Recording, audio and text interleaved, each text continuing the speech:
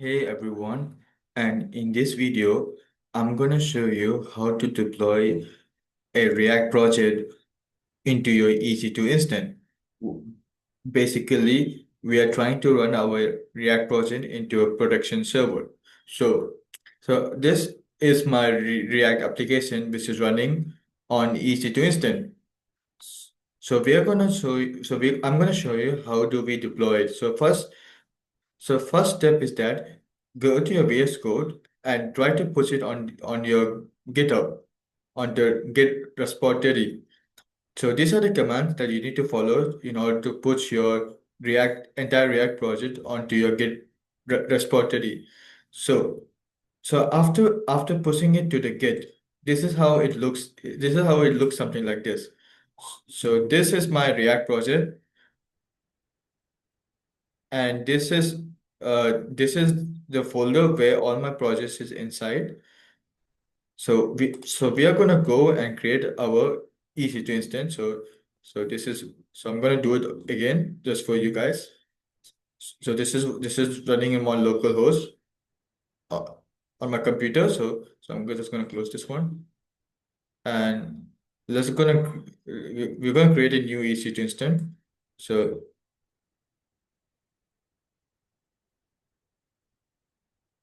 so let me delete this which was running.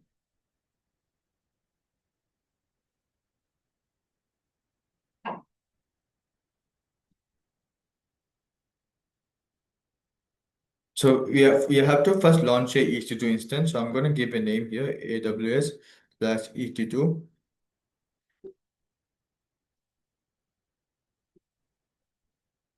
And make sure select your AMI as Ubuntu.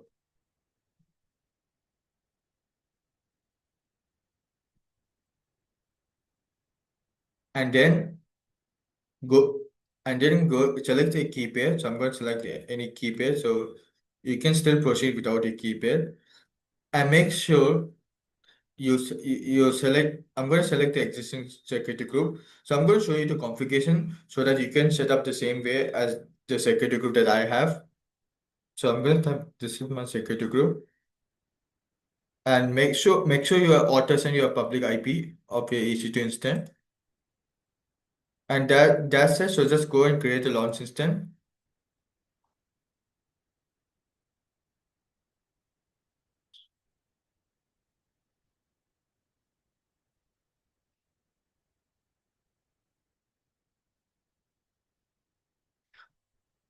And let the instance state be running. So before that, I'm going to show you the security group, and click this one.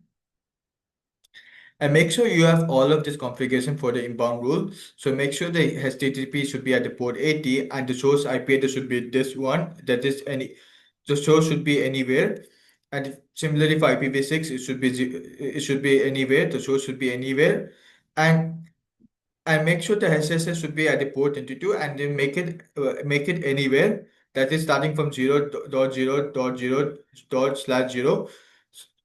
And make sure you allow this if in case something happens to your connection settings, so you can just allow this to all traffic and followed by the source. It should be the same as the rest of it before. So make sure you set your security group in such a way that all of this should be complied. And now I'm gonna just refresh this one. I'm gonna connect to my EC2 instance. So let's go and connect it. Okay. So the way is my project folder is that so it is I so it is created in my AWS guide. This is the name of my project, and inside my project I have this folder called React Dash Project. So inside that folder I have the entire files, uh entire configuration. Everything is there inside this folder. So now what I'm gonna do is that I'm gonna go and just clear this, and make sure you need to update all of your packages. So I have this in my thing in my Word document. So I'm gonna update the packages which is there in the Ubuntu. So you gotta update it, and also upgrade those packages. So I'm gonna just go and simply type this here.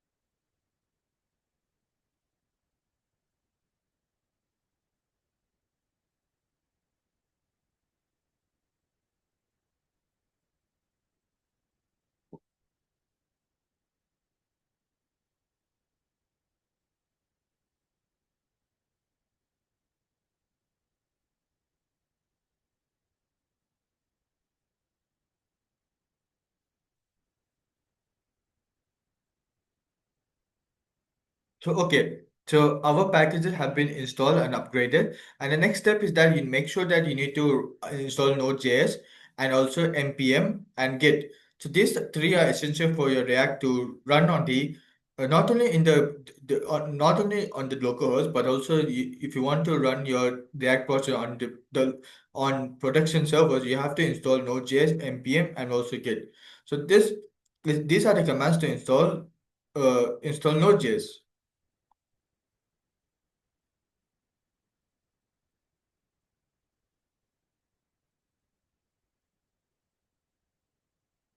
So so this is this is uh, this is expected to happen. So we're just gonna wait for like 10 seconds. So actually now it is getting installed,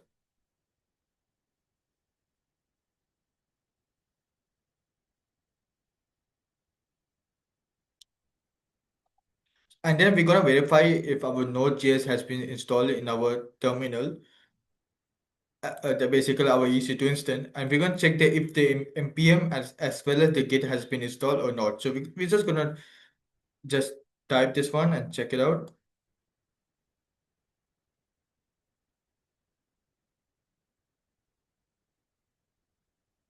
So yeah, Node.js has been installed. So let's go and check the npm.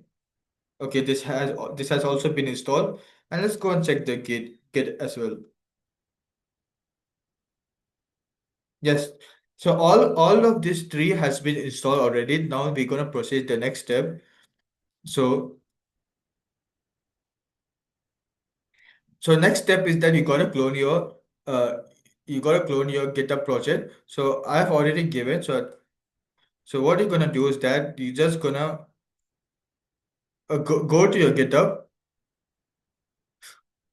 click on this code, and just copy that and just place it here. Replace it here. So So I've already did it, so I don't need to do it again. So now now our React project has been cloned. So now I'm gonna go and so you have to navigate to your project folder. So here I have this project called AWS Guide, and inside the AWS Guide I have this React folder. So I have to navigate this to React folder, and inside the sorry React project, and inside the React folder I have the entire files. So for that you need to navigate this to AWS Guide, and then from then you have to navigate to React project. So you're gonna type this one. And now this is the part which is shown here. And the next step is that you gotta install the dependencies that is required for your React project.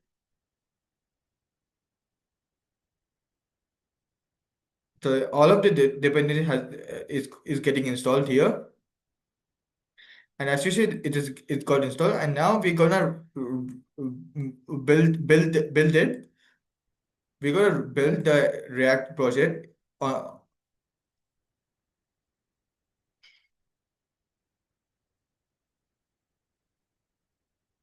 so basically, we're gonna build this React project here.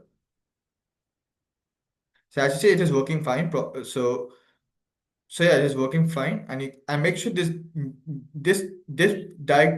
thing should be there in your in your in your project.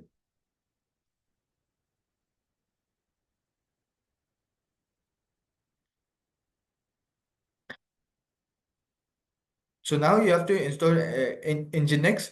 So make sure you got to install Nginx, because Nginx is used for security purpose. So basically, how Nginx works is that it acts like a load balancer, in the sense if there's a lot of traffic, Nginx is going to distribute the traffic based on your load. Let's say if your application has less load, so Nginx is going to distribute that traffic to you, and then if your application has a lot of load, let's say your application running on the EC2 instance, so Nginx is going to distribute the load to other EC2 instance where your application is running at, which the EC2 instance has less load.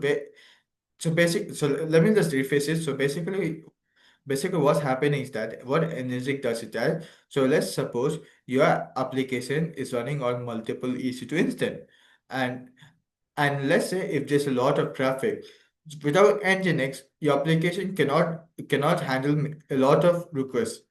So with Nginx, mm, is going to distribute the load to those EC2 instance which has less traffic. So in this way, this gets balanced out. So, and the second purpose of Nginx is that it acts like a cache memory. So for the first time when you access a web application, you directly you just directly send the domain name to the Nginx, and the Nginx sends that domain name to the application. After it sends the domain name to the application is gonna return back the IP address, and after returning back that IP address, what the engineering does is that it's gonna store that IP address inside its cache memory. So the next time you want to access the same website, the engineering is just gonna check its cache memory, and based on that, it's gonna sends back the request to you. So this is second purpose of engineering, and the third purpose that it's also used to hold it's also used to serve the static files, and also engineering is mainly used for security purpose, as it encrypts the request that is sent by the client or the browser, and then it's going to encrypt that. It's going to encrypt that and sends to the server side. So basically, the communication between the browser and the server is encrypted using Nginx. So this is why we use Nginx. It's all in order to protect our web servers or website from the attackers. So now we're gonna install the Nginx here.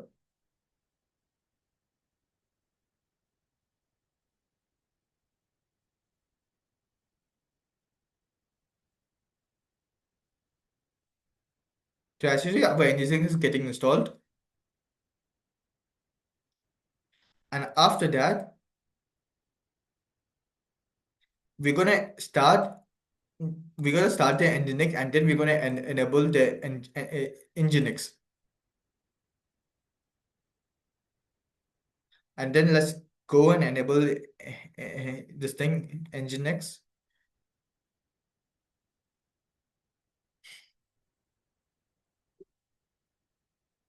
So as you see, it is enabled, and now we're just gonna test it. So we're gonna go here and then just copy this IP address, and just we're gonna test it here. And you should see the Nginx default page. Okay, this is in HTTP, so we have to make it has.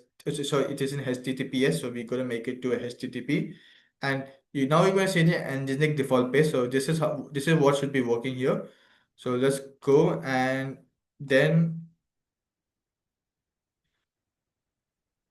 let's go and remove that default Nginx page, because we don't want that to overlap with our with our React app.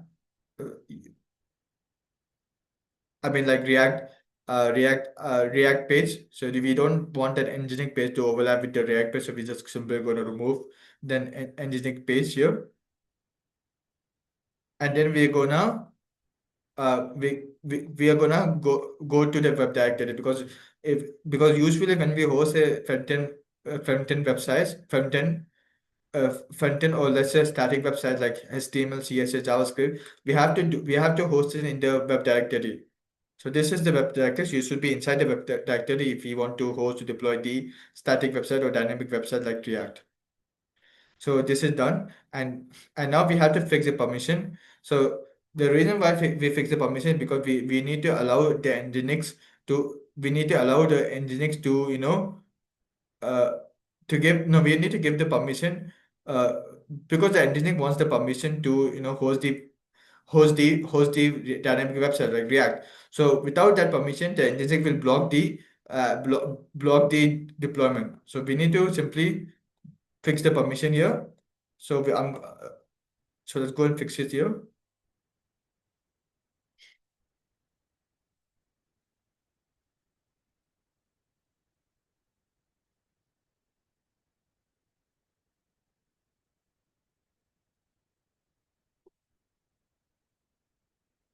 and then we're going to restart our Nginx,